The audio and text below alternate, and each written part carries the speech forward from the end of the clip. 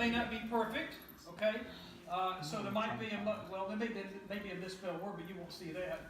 But anyway, don't everybody critique the grammar aspect of it, because this is all kind of done on the fly. So, Joe, you're trying to take care of something behind you. I'm just trying to say this. Sorry, we're trying to turn the, well, it's the bones. It's the bones. The bones control it. Okay, well, maybe.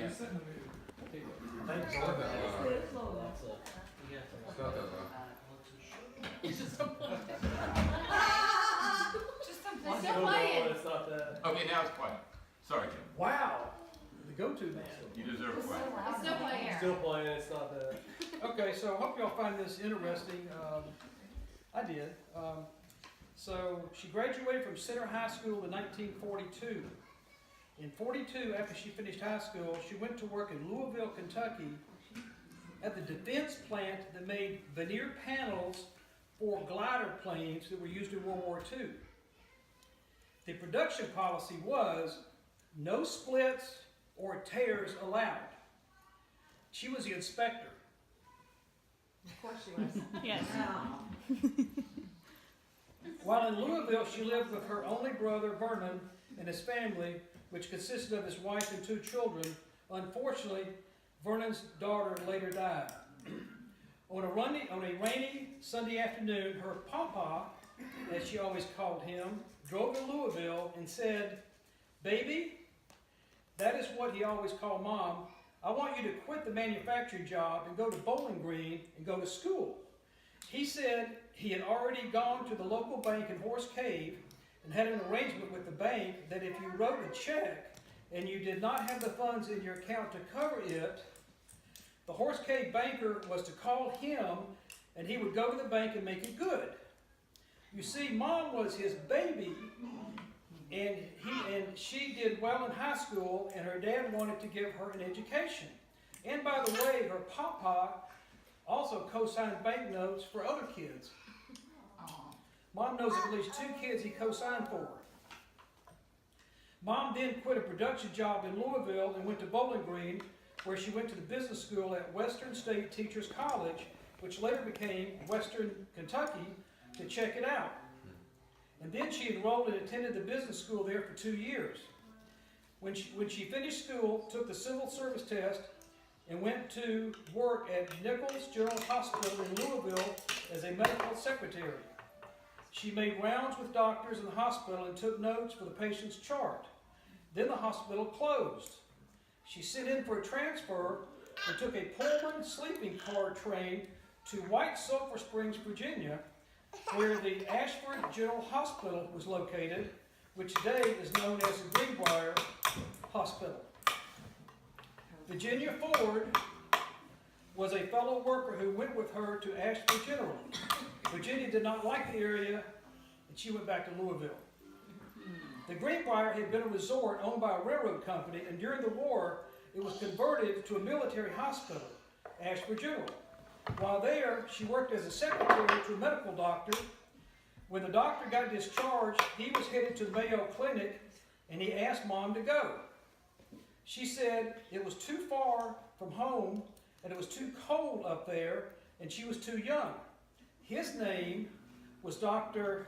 Estemus Peters. Okay. I didn't spell it correctly. Ashford General closed when the war was over, and there was an opening in Augusta at Oliver General Hospital. She had applied, but since she had not heard back from them, she went back to home, Center, Kentucky. She then received a letter at home that she was accepted for the position at Oliver General. She did not like Louisville, Kentucky, because everyone from the rural area in Kentucky there talked the same way. That's too country. Her mom went with her from Horse Cave to Atlanta, where they changed trains from Augusta, where her mom helped her get settled in. It was a hot ride in September.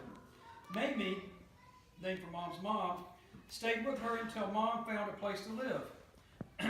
This is a side note. There was a couple in Augusta that turned a large house into a boarding room which had 4 rooms for women. They also had a room for men and married couples. On one occasion, Mom was on the third floor sleeping in her bed, and her roommate was not in yet. The light was left on, and an officer who came into her bedroom tapped her on the shoulder. She asked, "Who are you and what are you doing?" He said he was looking for her roommate. Mom told him to get out of the room. And when this officer left the bedroom, Mom ran across the hall to a room and jumped in the bed with another woman to escape him. Then the guy went downstairs. What a vivid memory you have. Then the guy went downstairs and took his shoes off and walked upstairs where several other women told him to leave. There the women called the police. What a memory, huh? Me too. Go, Mom. This Go, Mom. officer was ferrying planes from Chicago to Miami, and happened to stop in Augusta. He got drunk that night and started playing. Took the shoes off to be quiet. That's premeditated, isn't it? While working at Oliver General Hospital, she would go with doctors as they made their rounds, taking notes and then typing them. One day, while sitting at her desk working,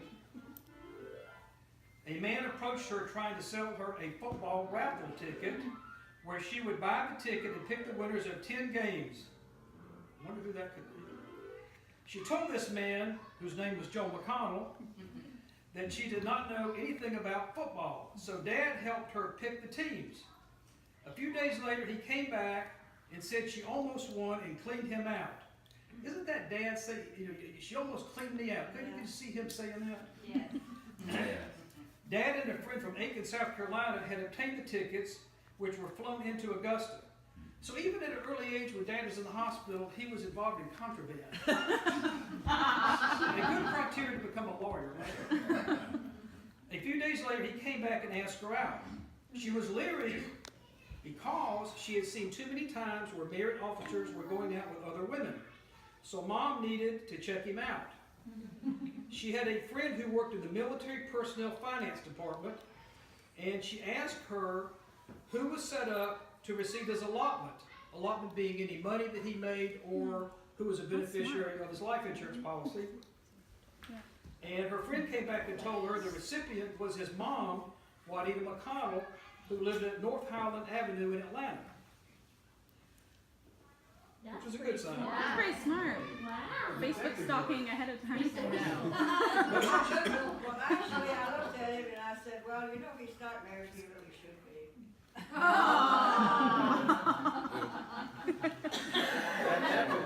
That was before Match.com. That may have been the beginning of it. So then Dad asked Mom to go to Jacksonville to pick up an automobile, which was a new Oldsmobile automatic that he ordered with the help of the government due to his leg disability.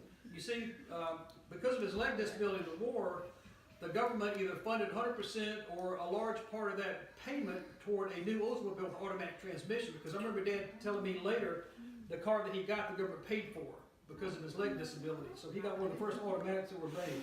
But did Mother go to Jacksonville with him to pick up the new Oldsmobile? No, she declined. She declined. It's a long way. I mean, it's a 2-day trip. Oh, go figure. While in the hospital, Mom saw Dad on crutches, saw him in a wheelchair, wearing a leg brace, and even walking with a cane. They dated for 6 months, and then they got married in the great town of Charleston, South Carolina. Oh, you only dated for 6 months? Wow. Well, she already checked him out. You'd already stopped it. That's That's great. That's so cute. Once married, listen to this. Once married, they stayed at Mrs. Bates' house. Do you remember Bates? The name Bates, Psycho. Norman Bates. Stayed at Mrs. Bates' house. Then Dad wanted to go to Miami after he got discharged, so he could go to Miami University to study. Anybody want to guess? architecture. To study Interior design. interior decorating. No! What? Interior I decorating. think I knew that. What? I did not know that. I did not know that. Are you making that up? No.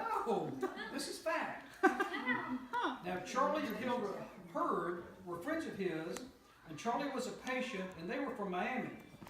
So he felt like he had a friend in Miami, so he wanted to go there. Now, once there, Dad sold insurance for 1 year. I don't know what kind of insurance, but that might be the start of Jeff's gene of having an inclination to sell insurance. Then he decided to go to Emory to study law, but he first had to get his undergraduate degree, which he got at Emory. His mom was in Atlanta, and they stayed at her house for a few months until they moved into an efficiency apartment off of Memorial Drive. One day, looking in the newspaper, they noticed a house for rent.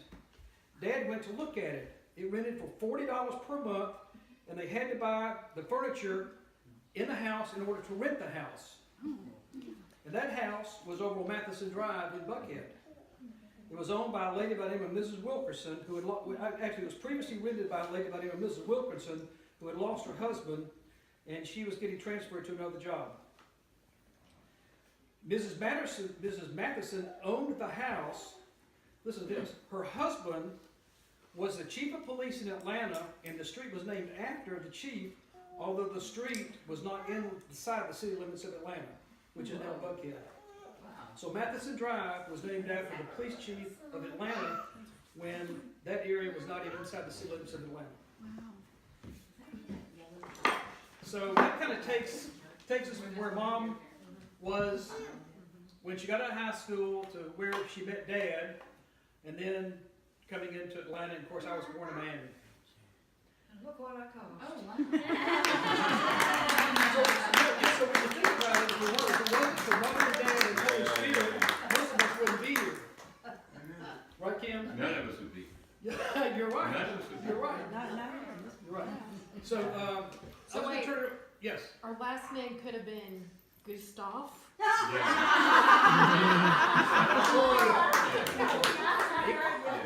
Oh, he was married. That would be a tough one to spell.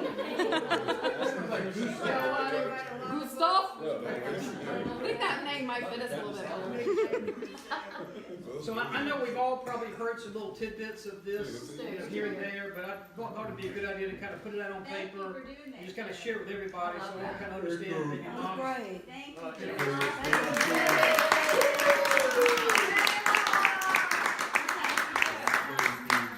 Do you want me to keep?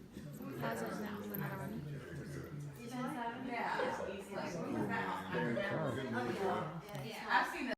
Spence was after that. It was Matheson and Spence Avenue. And Dad paid $17,000 for the house on Spence Avenue. $17,000. And that house was, that was a side tidbit. Anyway, I want to turn it over to Jeff.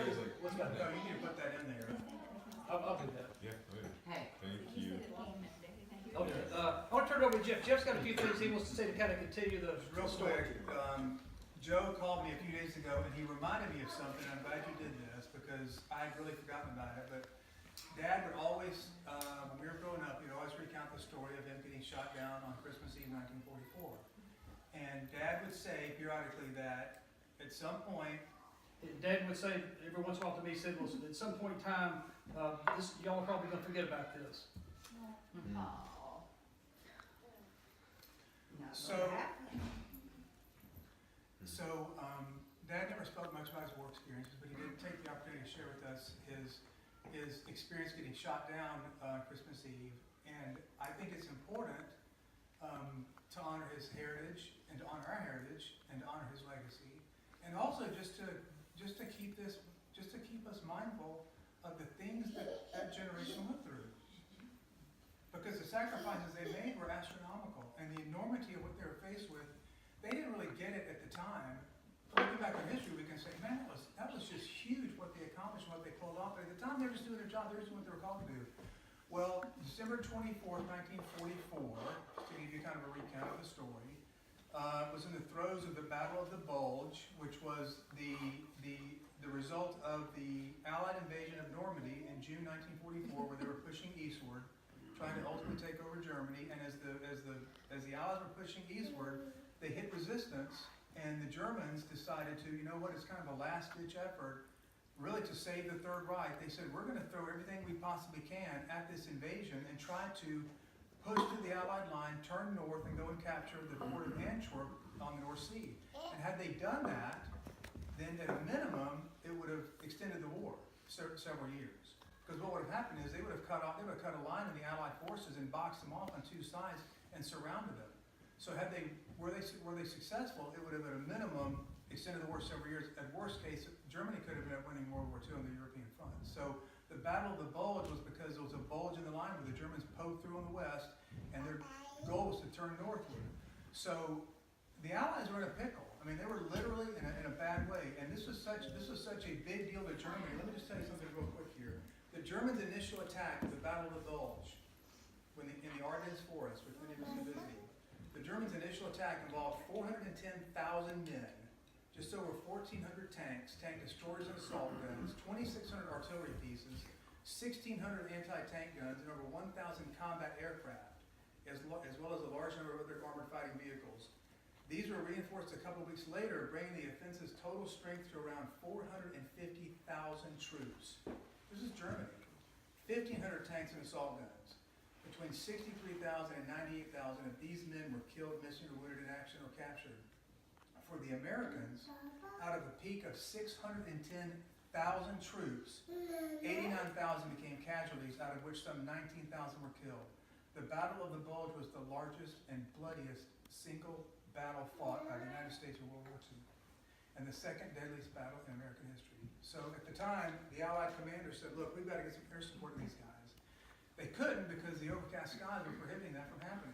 So at some point, the meteorologists of the day went, you know what, we've got a small window. We think, coming up on December 24th, we think there's a time frame where we can get some planes in the sky to go support our troops that are getting literally decimated.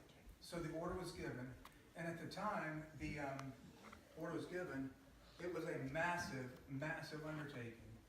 And this is something that I pulled up that's actually on the internet. It's from the 92nd Bomb Group Archives, which is what Dad was a member of. And I'll just read you a little bit of this and I'll kind of wrap it up. According to English newspapers, it was the coldest December in 54 years. Judged by American standards, GIs from Maine or Minnesota, the weather during the last month of 1944 was chillier than usual, but nothing to get excited about. The lowest temperature recorded by the weather department was 18 degrees. Okay, but still, that's cold. The climactic operational day of the month and the group's most disastrous day, the 92nd Bomb Group's most disastrous day since September, was December 24th, the day before Christmas. On that day, the 8th Air Force mounted the largest single attack in its history, with over 2,000 heavy bombers participating in a direct tactical assault on the airdromes, which were air bases, German air bases in the Frankfurt area, and on road junctions, bridges, and communication centers immediately behind the German Bulge. The field order called for as many aircraft as the group could put up, and the 92nd dispatched 50, making it the high squadron of the 40th D Composite Group, as well as all squadrons of the A Group. Primary target was the Gießen Airdrome, which Dad went to bomb. A fighter base near Frankfurt used by the Luftwaffe in support of the von Rundstedt offensive. What was the name of the place? The Gießen Airdrome. See, the attack on the Gießen Airdrome, led by Major Albert L. Cox Jr., commanding officer of the 325th Squadron, was successfully carried out despite severe flak in the target area, and the object of the mission, to crater the surface of the drone and render it unserviceable, was regarded as accomplished. But at interrogation, disquieting reports were heard. Aircraft piloted by First Lieutenants Donatello Yanatelli of the 325th Squadron and Joseph B. McConnell of the 407th Squadron were unreported.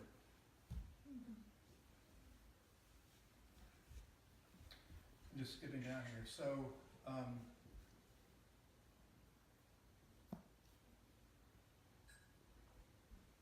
it was not until a day or two later that all details were available concerning the others. We wanted to talk about some of the other pilots.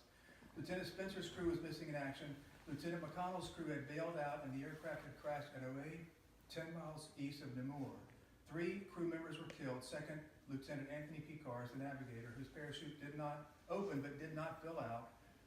Sergeant Harold Paskey, ball turret gunner, who would not jump and rode the ship down to its death, and Sergeant John F. Booth, radio operator, whose parachute tangled in the horizontal stabilizer, dragging him down with the ship. Lieutenant McConnell struck a picket fence in landing and broke both legs. Sergeant John Caravello, the tail gunner, who many of us have met, landed close to the German lines, blundered into them, and walked out unscathed. So that is kind of the story of a little context of how it happened and what happened that day. Something that struck me, kind of in a larger context, was can you imagine being just a civilian in France or Belgium that day, and you hear this roar, this unimaginable roar, and you look up, and there's just wave after wave after wave, 2,000 heavy bombers, just non-stop formation going over your homeland, and you know what they're doing. Isn't that amazing? Can you imagine that sensation? So I was sharing the other day, I was thinking about this, thinking about dads in particular in this. Can you imagine the pre-flight briefing that him and his crew got before this? Because they had to know it was something big. I mean, he had already flown 20 missions, right? So okay, we got another flight coming up. But when they got briefed on this, and they were told of the enormity of it, literally the Allies said, look, we've got a small window, we've got to throw virtually every heavy bomber we have access to in the air today, like tomorrow, whenever this is happening, 900 hours, we're live on this. Can you imagine as a 26-year-old young man, can you imagine going, I mean, he had to have some historical understanding of that. He had to. We're doing what? We're doing what? So, anyway, just, Joe mentioned Dad was, I think Dad was a little bit concerned that someday we might forget this. I hope we never do. I hope the generation behind us never do. You were talking about imagining seeing that, living there and seeing that. When we went, the last time that we went over there, the people would just tell you stories, of seeing that. And we met a guy that was, He was on a bike. he was on his bike, he was 15 years old, and he was first one to the crash site because he saw it. And he was standing there, he was just bawling, like trying to tell us about it. Mm-hmm. Well, when we went over there several years ago, I know many of y'all know this, but we got the opportunity to talk to the young lady that came to Dad's rescue. Like when he was laying in the field with 2 broken legs. He broke, he was knocked unconscious because of the draft that threw him back into the fuselage. He broke one leg on the bomb bay door, so he's free falling, barely pulls the parachute in time, lands, breaks the other leg because it takes the brunt of the fall. He's laying there, he's thinking, and he's hoping, did my navigator get us behind the lines? Did we get away from the Germans? As it turns out, as the crow flies, I think they landed about 6 miles from the action, which is nothing when you're in the air. Right. I mean, nothing. That can go by like that. So he's, as many of y'all know, he's literally laying there in a pile of broken, his head split open, concussion, 2 broken legs. He is hoping he's not in Germany. He's hoping he's not anywhere near the Germans. And so that 18-year-old girl, farm girl, runs up, and she looks at him, and all he could say was, Says Deutschland. out of total fear, he says, Germany? I mean, fear. And she said, no, Belgium. And he went, it's amazing. And there was another person there, I don't remember which one, that said the story in the town that gets retold is watching him direct that plane away from the town. Yeah. So it landed in the field. Yeah, he never said that. And I wasn't gonna tell Oliver that, but the times I talked to Dad, he never made any reference to steering that plane away from the town. Never. So I'm not quite certain, I mean, let them believe that, but I don't, but he never told me. Well, then that. let me believe it.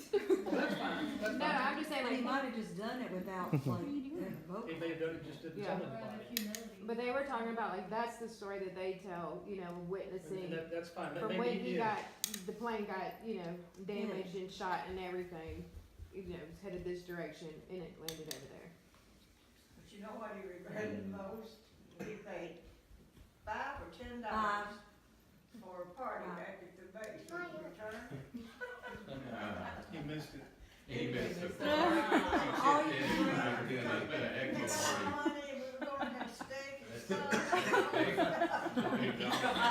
He considered that last bombing run, he called it a milk run.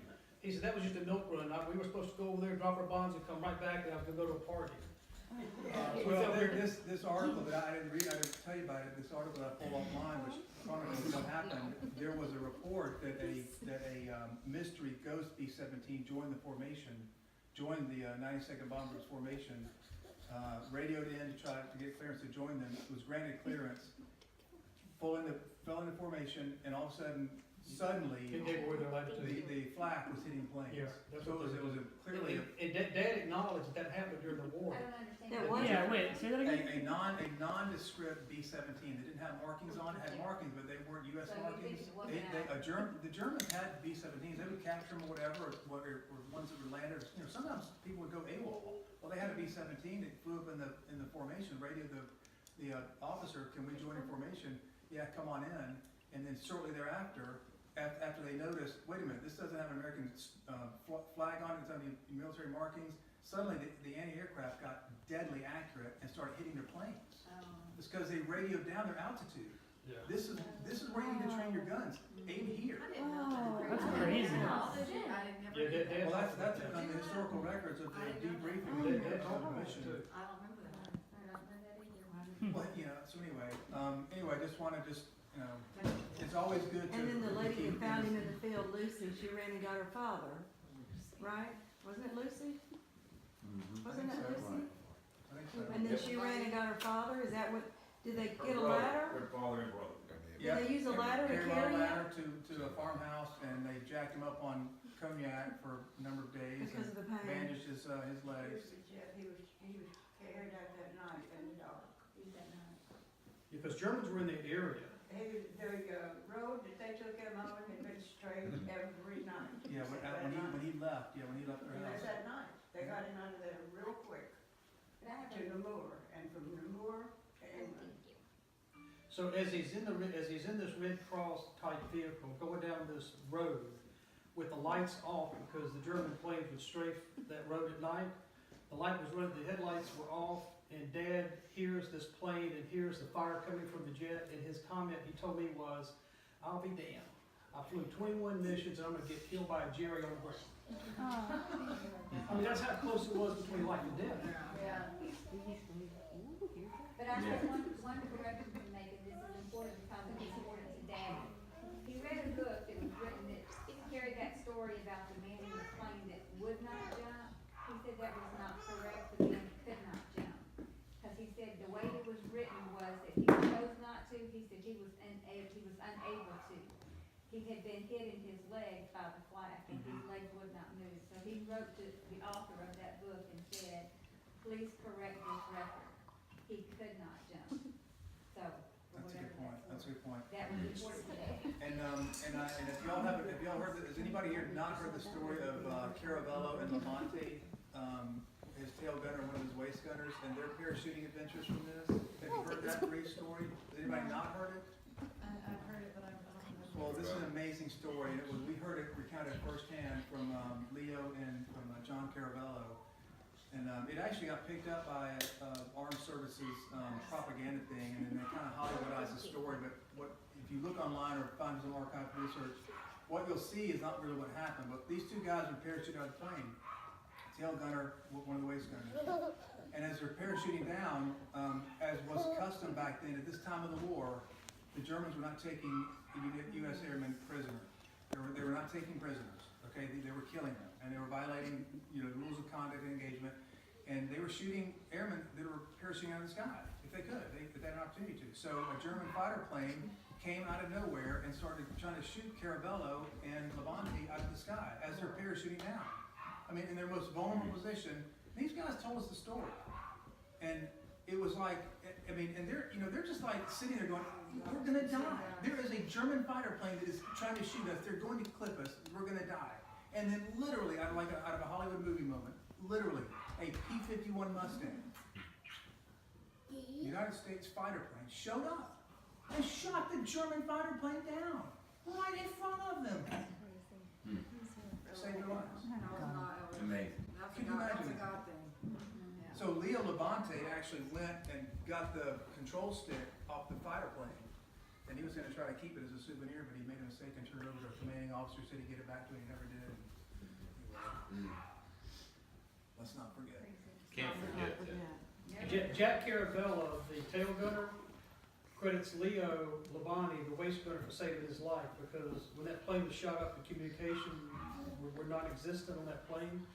And Leo got up and walked back to the back of the plane and tapped Jack on the shoulder, said, we gotta go, we gotta bail. If he had not done that, Jack told me until he died, and probably me, that Jack would have gone down with that plane, not know that everybody bailed out. And he was stuck in the tail, in the back of the fuselage. And he credited Leo for saving his life. Anyway, thank you, Jeff.